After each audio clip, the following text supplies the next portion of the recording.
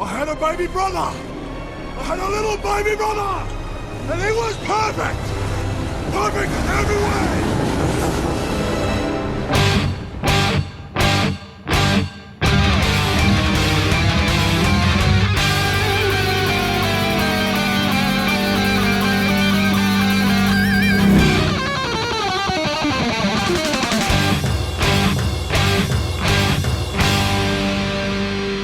Welcome to the Mad Max Minute, where we watch rubber babies get bumped in Mad Max Fury Road, 1 minute at a time. I'm Rick. And I'm Julia. And today we're talking about minute 68, which begins with the bullet farmer from the bullet farm speeding away, and it ends with Max and the wives trying to get the war rig out of the mud. Again. Joining us once again are two viable humans, A1 Alpha Primes even. It's Jonathan Carlisle and David Johnson from the UHF 60-second podcast.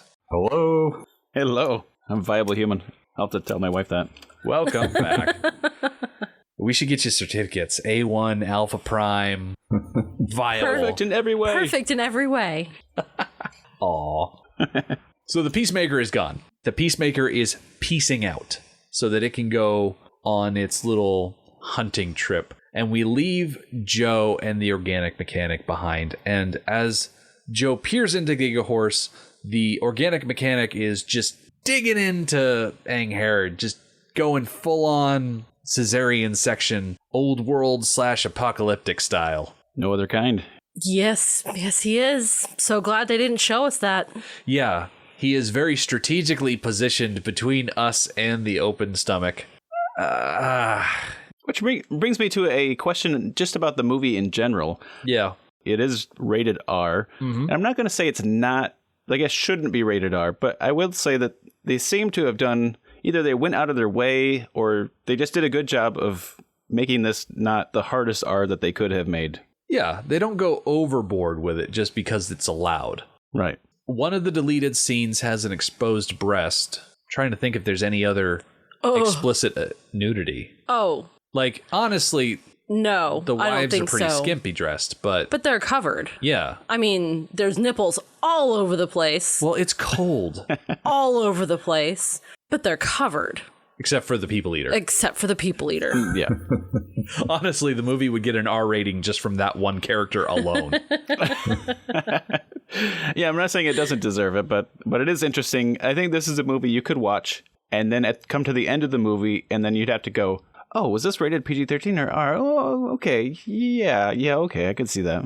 It's not something that you're like, whoa, definitely don't show this, Yeah, they could, in theory, have trimmed out maybe one or two things and gone back to a PG-13, because one of the things that when we were talking to Mark Sexton about, there was the idea of making this a lower rated movie for a broader appeal by just changing a few things. And I think what really tips it over for the R rating is the amount of blood that they add to this movie. The blood splatter and things. I'm thinking about instances of blood, and they're not overwhelming. No, they're oftentimes subtle, but they're there. Like when people are getting hit by bullets, those little digital squibs are spraying everywhere and stuff. In this scene, though, I have to say I really appreciate George Miller's decision-making, to purposefully not show much gore at all. Yeah. Because that's one of the main thrusts or themes of this movie is that you can't own people and these, the wives are more than possessions. And, I just feel like to have shown a splendid cut open like that or to, really kind of go for the gore in this moment would have started to dehumanize her again or the wives in general. And it would have been counter, I think, to some of the thematic elements of the film. So even though it's a good time for some blood splatter or some gore, some gross out, there's a lot of restraint on Miller's part in this scene, and I appreciate that quite a bit. Absolutely. And the way they're treating Angharad in the shots that we can see her, she's laid back, her eyes are covered, she almost looks like she's sleeping. And it's not like they've tossed her over or something, like they've actually made a little bed for her. They're treating her body with a lot of respect. I like to think that was Miss Giddy's doing. I think mostly because I'm projecting on her. I want her to stand up for Angharad. So I would like to think that the way that they are treating her is due to her voice. I just thought of something with that sheet over her face. Like Furiosa and some of the War Boys and stuff, they have the black painted on their forehead. I wonder if this is like a purity thing with the wives, that she's got white on her forehead. Interesting comparison. I really like that. Yeah, it's like a reversal. Yeah. Yeah. I definitely can see Miss Giddy insisting on laying Angharad out like this because the only person, in quotation marks, that Joe is concerned about is the baby inside Angharad. And as the organic mechanic gets cutting, first of all, we get some pretty graphic close-ups of his face. And I say graphic because he's got this big blob of spit right in the middle of his mouth. And I'm like, just wipe your mouth. Right? I don't really understand. I did a previous project, the Princess Bride Minute, and as I kept watching this minute over and over, he kind of reminded me a bit of the albino. Not so much the slobber, but like the tongue hanging out as he's like working on somebody, and he's just like really going to town. I definitely see that. But yeah, he's gross. I think the albino has a little bit more charm than the organic mechanic, though. A little bit better bedside manner, maybe. I don't know, Jonathan. You're the expert on it. I think so. I mean, he is, when we see him in the movie, he is cleaning somebody up just to get tortured and killed anyway. But, he's doing his job. He's got a job to do. I wouldn't say the organic mechanic is without charm. It's just charm that is not aimed at us. It's charm that is aimed at Joe and Rictus. Particularly Rictus. The way he talks to Rictus, it's very direct. He is physically going around Joe to talk to Rictus, which is an unusual move. Yeah. You know what? The organic mechanic, he strikes me as the kind of person that is very sure of himself, and so he's cool in that way. He doesn't try to be cool for someone else. I feel like with the albino and the Princess Bride, he was always trying to impress somebody, and he didn't seem to have that natural coolness about him that the organic mechanic does, even if he is a scrappy, drooling butcher. Yeah, it's a very interesting dynamic. We talked a little bit about it last minute, where he's calling Immortan's wife girly, and then he, hey, Rictus, the familiarity that he allows himself is pretty astounding to me. I wonder, how did he get to that point, testing the waters? How did he know where his limitations were of how familiar he couldn't be with Immortan and his family? I wonder if there was I'd love to see, another comic book maybe somewhere where, where he found out where that line was, where he couldn't get more familiar with them than that. And, if he somehow got punished or, got his toes stepped on a little bit for being a little too flippant, perhaps. Yeah, I was wondering myself if he's ever been punished. Speaking of the comic books, the organic mechanic is the one who ensures that Joe is able to perform when he visits the wives. And so he often sees Joe in a very different light. And I feel like seeing someone in that light, and I'm being incredibly euphemistic for the sake of our listeners, to prevent you from having the same visual image in your head that I have right now. It's too late. We all know what you're talking about. Yeah. But once you see a person in that situation, it's hard to see them as big, scary God King because all you do is see them as the kind of guy who just needs help in that department. And the organic mechanic might be the only person who knows that Joe needs help. Yeah. It's quite possible that even Rictus, his second in command, doesn't know. Oh, I really hope that Joe or the organic mechanic is not sharing with Immortan Joe's son the different ways that the organic mechanic helps Joe sire children. That's not something a son needs to know about his father. I imagine that Immortan Joe is keeping any information from Rictus as how any of that works so that he can stay away. Rictus is kept on a need-to-know basis. I am starting to become very curious. Are we saying that the organic is giving Immortan like pharmacological help? Yes. Okay. All right. Yeah. I wasn't sure exactly I don't know. Just checking. So the organic mechanic, we get this close up of him. One detail that I really appreciate, his stethoscope has bullet casings as part of it. I'm looking specifically at second 7. He's got the 2 metal parts that go into his ears, and then as they come down into the center loop, there are like bullet casings that go into the actual lines that come around to the little listening cup at the end there. So it's a nice bit of post-apocalyptic chic there. I was wondering about the stethoscope actually on Monday's Minute, and I didn't bring it up. He has the stethoscope around his neck, but when he needs to check Angharad's belly to see if the baby is still alive, he grabs a completely different device. Well, yeah, the stethoscope is for listening to breathing. If you want to check on a baby, you need an ultrasound thing, and the horn is a thing that makes sound and helps amplify sound. It's something that could be described as ultra in that it does both. And so that is his ultrasound machine. Okay. I think Rick is ultra reaching. Yeah, I hadn't thought about that. I kind of see, given that, I kind of see the stethoscope as just like I don't know that anybody knows what it does, perhaps. It's kind of like the Nokia circuit board that's on the Immortan's breastplate or whatnot. I wonder if he just has the stethoscope more as a symbol. He doesn't know how it works, or maybe the drum part of the stethoscope is broken or missing or something. Yeah. He knows it's like a doctorly type of a thing, so it's more of like a rank insignia than an actual tool. He remembers before the fall that doctors always had a stethoscope, so if you're going to be any sort of doctor, you got to have a stethoscope. Exactly. I want to know what their name for the stethoscope is. It's got to be something cool, or something completely misguided. I definitely can't see any post-apocalyptic survivor saying the word stethoscope, though.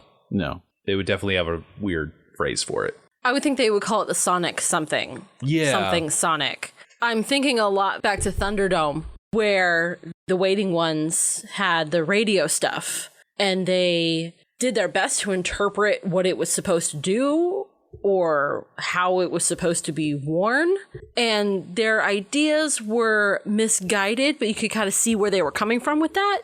So I'm kind of thinking along the same lines there. So the organic mechanic, he pulls this baby out of Angharad, and we don't see much of it. We see its feet, we see its leg. I'm pretty sure this is the same rubber baby prop that they had in that deleted scene back when the elevator was going up, and there was that one lady that was like, "Take my baby," and then they're like, "No, we don't want your baby," and she's like, "Okay, fine, take me, because I can make milk." Yeah.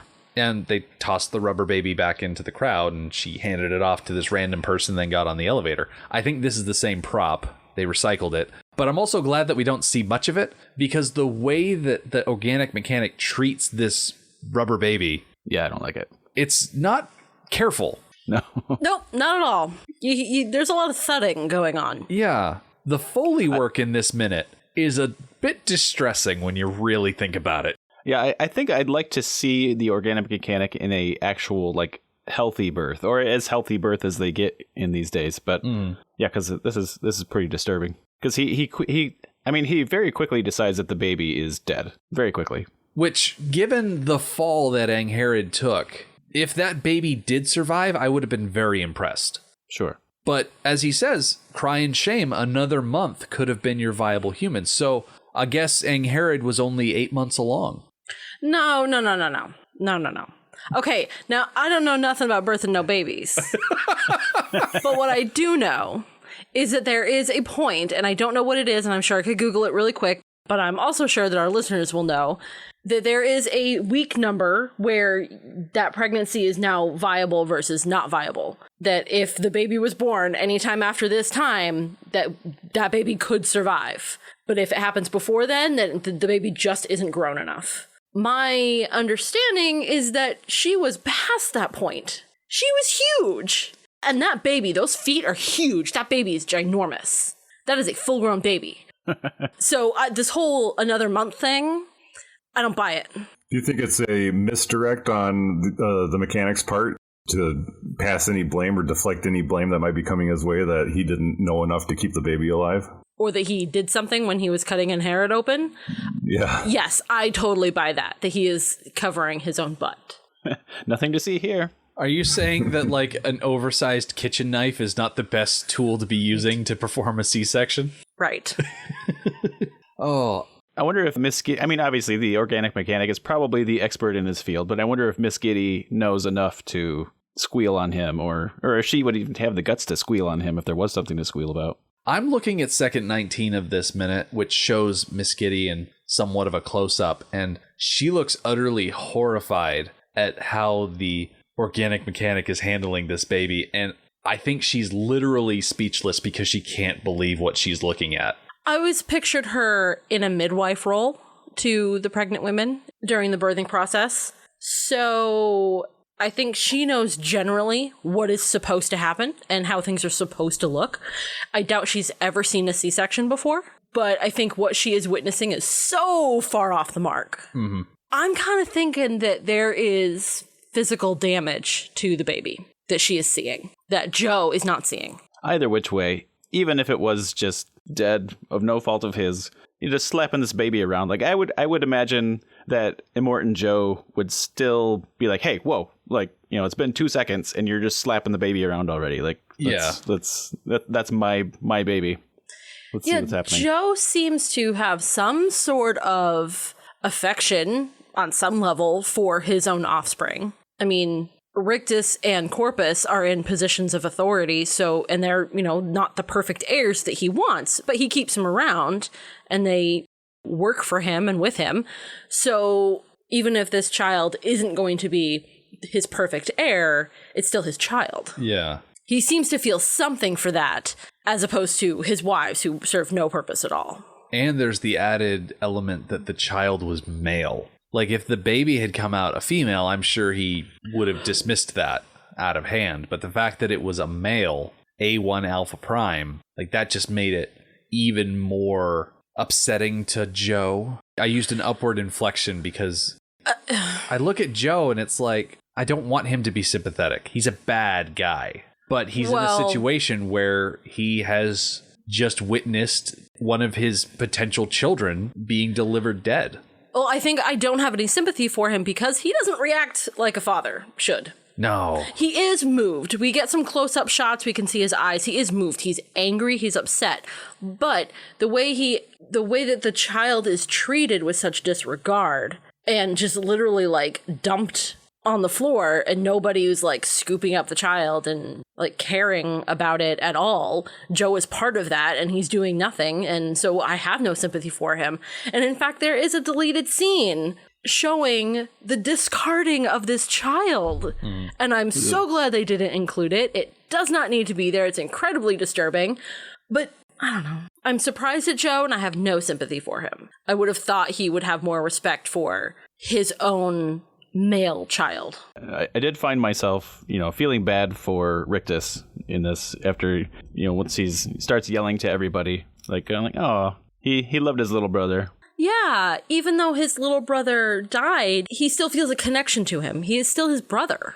Yeah, I feel like if nothing else, like this is maybe, you know, even if they never talk about it again, like this is his moment to kind of give memory or something, you know, there's some kind of moment for him. Yeah, I really like Rictus's reaction and his exclamation. Letting all of the war parties know that he had a baby brother, a little baby brother, and he was perfect in every way. It's a little sad, but what I really like about this shot is you've got Rictus and he's shouting to everybody, and then from the bottom of the frame, Joe rises into view, and he's just got this look of like, I am going to burn this place to the ground. And it is just a great Immortan Joe moment. Because he's not the center frame right now. He's not the focus, but he is going to insert himself into the focus. Like, don't forget about me. Yeah, Rictus is having this moment of glory. He is bragging to everybody. And Joe's like, nope. Yeah. And I like how the war boys around them are like revving their engines in recognition. Yeah. It's a moment to celebrate. It is. I don't think Rictus means it this way, but it's a little bit of a power play, too, because it is just telling everybody, hey, like Immortan Joe, like this whole thing worked. Like he can help create, you know, the next generation. Yeah. That's interesting. Now, I know earlier on in the podcast, Julia, you guys had talked about how simple Rictus was, or how childlike he was. What's your reading on this? Does this push you closer to, you know, thinking that Rictus is kind of like I can't remember the phrase that you guys were using. It wasn't simple. What were you calling? saying you? I'm definitely leaning away from any sort of implication that he's simple. I'm definitely leaning more towards he's just childlike. Like he's intellectually somewhere around 11 or 12 years old. Yeah, I think childlike is a good descriptor. Yeah. And I wonder, the necklace that he has is like little plastic baby heads, right? Yeah. Yes. I mean, does he just want siblings to play with? Or, I mean, why is he so fixated on the siblings thing? I wonder if there's something more than just like, as Jonathan said, this is part of Immortan's plan and this is, bringing us into taking us into the future. Or if, I wonder why he is so tuned into having a sibling. Well, we've talked before. We know from the comics that the baby heads came from a stash that he discovered in a house. Yeah, like an obsessive collector, and he found that collection and incorporated it into things. Okay. So finding the collection explains where they came from, but why he uses them as decoration, I think, has been a bit unexplained. Like, it could be simply he found a stash, he uses them, they kind of became his thing. But I think he is invested in this idea of babies. And maybe it's because it's so important to Joe that Rictus has kind of picked that up as an interest. Like, yes, we got to have babies. They have to be perfect. They got to be boys. So this necklace is kind of like his personal like rain dance, like baby rain dance, to like wear this necklace all the time. I wonder if he thinks it's like a fertility charm or something like this.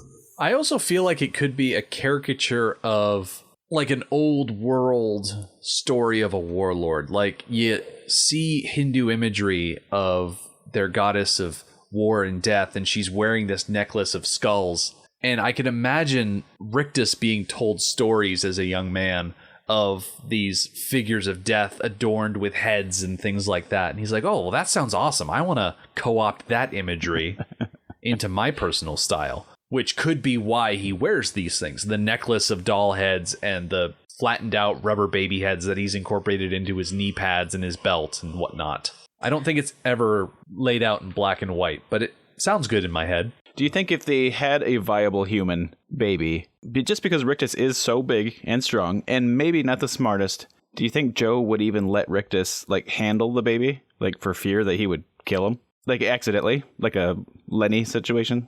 No, I can't imagine anybody handling the baby. Oh, that's true. Not even Joe. I don't think Joe would care to, hold his child and actually care for it. Not at all. Not even once. I guess I imagine it being even sadder. Like Rictus is just so invested in this, and then Joe's like, "No, you can't." He's like, "What? No, come on." I love those videos of like the big brothers and the big sisters like sitting on the couch with the pillows all around them, and they got their arms out and they put the little baby in their arms, and they're so happy. Like there's a cute one where like the little girl starts to cry because she's so happy to be holding her little baby brother. It's adorable. That's nice. I kind of imagine Rictus like that. Sitting on a That's a couch, fun image. surrounded by pillows, arms out in front of him. And obviously he's massive. So like he has these massive arms out, and then they put this tiny little baby. And he would be so happy. He would be so happy. But I imagine that once babies are born, we saw the harem, and it had a vault door. It was closed off. It was isolated. I imagine there might be a separate one for babies. Like a special vault. Like a special nursery vault. Like Angharad would have been plucked from the main harem and brought over and put into the other harem. The nursery harem. Yeah. Possibly. I mean, it would have been nice if she was allowed to stay in her current harem, with the people that she knows and has come to love and care for, and vice versa. But I can't imagine that Joe would care about that. No, I don't think he would have. And it's questionable if Angharad would even be allowed to care for the child at all. Yeah. She might be put back into the regular harem, and the baby would be brought to the milking mothers. I don't think she'd go back to the regular harem. I think she would go to the milking mothers. I think she'd be moved. Yeah, would she get the milking mothers. I guess, quote unquote, graduate into the milking mothers, or would they go for an Irish twin situation where she'd be put back into the regular rotation of the normal harem to pump out another heir. I mean, that harem is essentially a baby factory. Yeah. I would guess anybody that, using terms I don't like to use necessarily, but like produces a healthy baby. I can't imagine Joe like taking them out of the squad. Yeah. Like, oh, you did it once. Let's do it again. Yeah. I don't think Joe believes in a one and done situation. Bullet Farmer does, though. He's just got one bullet for Furiosa. One angry shot. Has anyone had any experience with the umbilical cord? Because I have. No. Ew. I concur. That's yeah. But the first kid, the nurse offered me the scissors. They did all the clamping, so it was all safe. But they offered me the scissors to do the big. It felt like I had the big scissors for like opening the Grand Lodge or something like that. But I was like, okay, sure. Like I should do these experiences, and obviously my wife is very involved with the whole process, so I'll do something. And I went to go snip it, and it was like slippery coated calamari, where it's like the tough rubbery thing that just doesn't want to go the first time. And yeah, so you almost need like this massive hunting knife or whatever the organic mechanic is using to just slice through there. Kink it over in half and then just schlink right through it. Yeah. What's really disturbing about the way he does the umbilical cord is the fact that after it's cut, he just kind of swings it around in front of him. Like a prize. Yeah. Like, does he have a wall? Like he's going to keep it. You going to like keep his dried umbilical cord on a shelf somewhere? Now, if he really knew what he was doing, the blood that's in the umbilical cord is like super blood. Yeah. It's the kind of blood that can do anything. So if he was really good at his job, he would harvest that blood and pump it into a war boy that's dying of leukemia. That is a good point. Also, if he were to keep that, unless he has some preservation thing, I know that after you cut that off, then the baby has, we all have belly buttons. Mm-hmm. There's a little remnant of the umbilical cord that as the baby grows older in the next few months, the extra flesh will, it's gross, but it will rot and then fall off and everything. But even when you keep it clean, because that little bit is like basically rotting, it stinks. So I imagine if he keeps any of this stuff around, it just stinks. Like everybody's walking into organic mechanics for dinner time and they're like, oh, what is that? You have to take care of that. That is gross. Do you need to keep your umbilical cord shelf in the dining room? Does it need to sit right next to the table? It did occur to me that maybe he had another use for it. I did Google uses for umbilical cords. Didn't really find much. Oh, your Amazon recommendations are going to be so weird now. As soon as I typed it in and hit enter, I'm like, I should have gone to incognito mode. I'm going to pay for that one. Most of the returns were talking about the blood inside the umbilical cord. I don't think there's really anything useful you could do with the cord itself. Mostly because, like Jonathan said, it's going to shrivel up and dry out and be gross. Well, it's essentially a hollow tube, right? You just tie off one end. You could use the other one to practice your balloon animals. Maybe that's why he's so excited to have it. He does seem pretty excited. It's also gross that he just flings it around. Like there's there's no blood or anything on that just whipping around all of a sudden. Oh, gross. He doesn't care. Apparently, interiors on post-apocalyptic vehicles are really easy to clean. Well, there's plenty of slobber around to wash everything up with, so I think he's good. I am a little tired of talking about the organic mechanic. Would you all like to transition into talking about getting stuck in the mud? I would. Yes. Okay. Why not?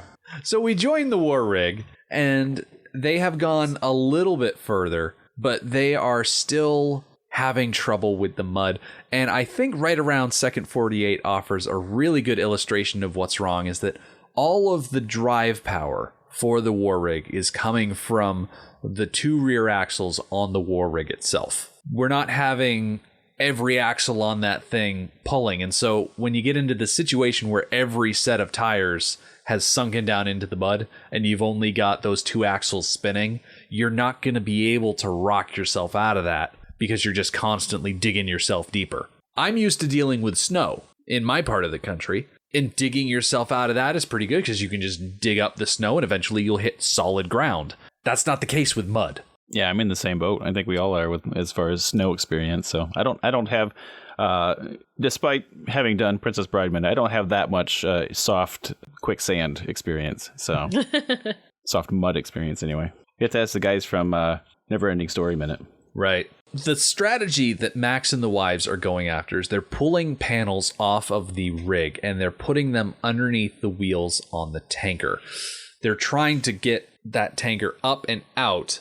So that way, once you free those back wheels, the whole thing can just roll forward because that's just like an anchor back there in the tanker. So the tanker is an anchor, is what I'm trying to say.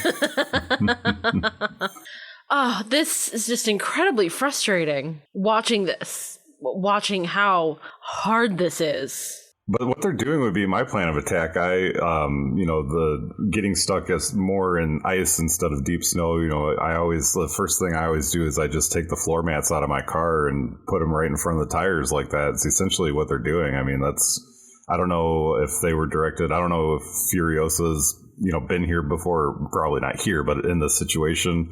I don't know how long they've been struggling to come up with this idea, but given the resources that they have, that's absolutely what they should be doing. There is a gadget that I saw scrolling through Facebook because that's just what I get nowadays. And it's basically a big old foam block with a strap around it. And you put this block on the outside of your tire.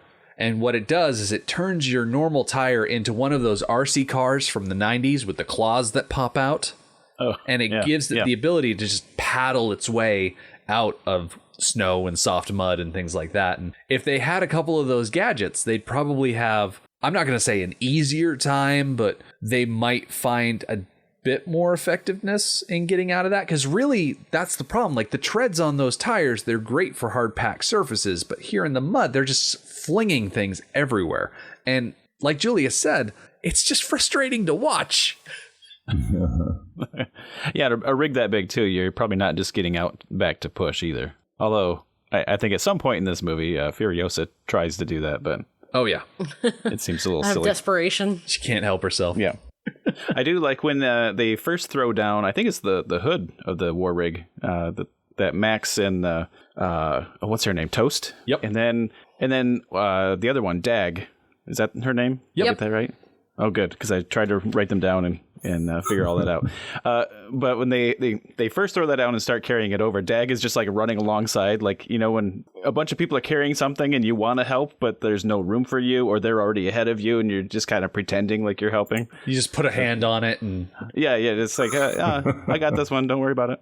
But don't worry about this corner, guys. I got it. Yeah, I think she gets a hand on it by the end, but most of the time she's just running alongside. Yeah.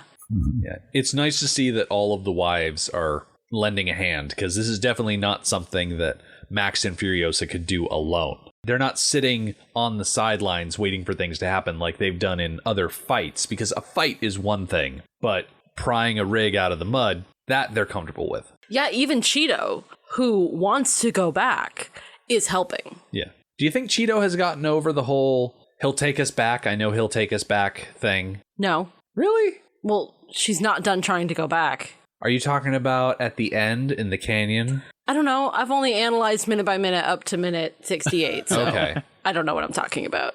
All right. Well, we'll see. Yeah. We'll see. Maybe that changed a bit when the Splendid. That's what I keep calling her anyway. The what is the Splendid's name? Angharad. Angharad. So after she fell off, and now that's all in question, that may have changed for Cheeto.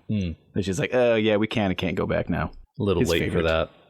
Do we think Max feels any responsibility for Angharad slipping off in the first place? Because, as I was watching things leading up to the minutes that we were talking about, she slips off because her foot is covered in blood from that bullet nick that he gave her. That's ultimately why she slips off the rig and goes under the Bigfoot, is because, the bottom of her foot is slippery from the blood that's still kind of like seeping out of that wound that Max gave her. I think he does feel guilt. I think he has learned to hide his guilt because he feels guilt about every time ever he wasn't able to save somebody. Oh, that's true, yeah.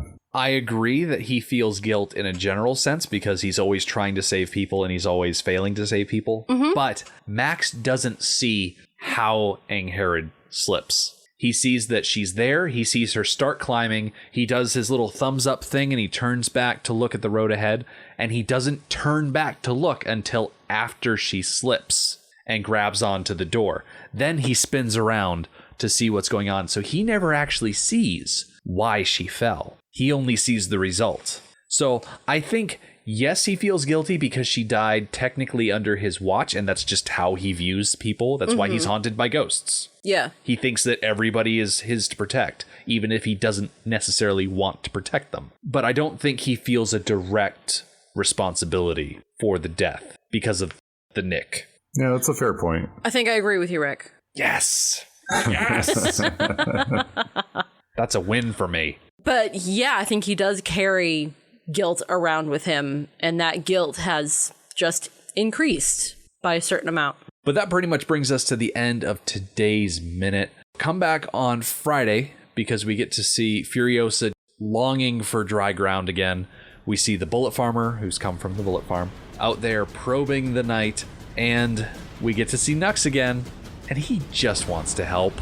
The Mad Max Minute podcast is a fan project by Rick and Julia Ingham. The Mad Max franchise was created by George Miller and Byron Kennedy, is presented by Kennedy Miller Mitchell Productions, and distributed by Warner Brothers. Mad Max Minute is produced and edited by Rick Ingham. Our opening music is Verdi's Dies Irae by Daniel Bautista of danielbautista.com. Our home on the internet is madmaxminute.com. You can follow us on Twitter at madmaxminute, like us on Facebook by searching for Mad Max Minute, and join our Facebook listener group, Mad Max Minute Beyond Microphone. If you'd like to support the podcast, visit madmaxminute.com, where you can see what's in our TeePublic store, join our Patreon, or even donate to the show to help us keep the tanks full. Thank you for joining us for minute 68 of Fury Road. We'll see you next time.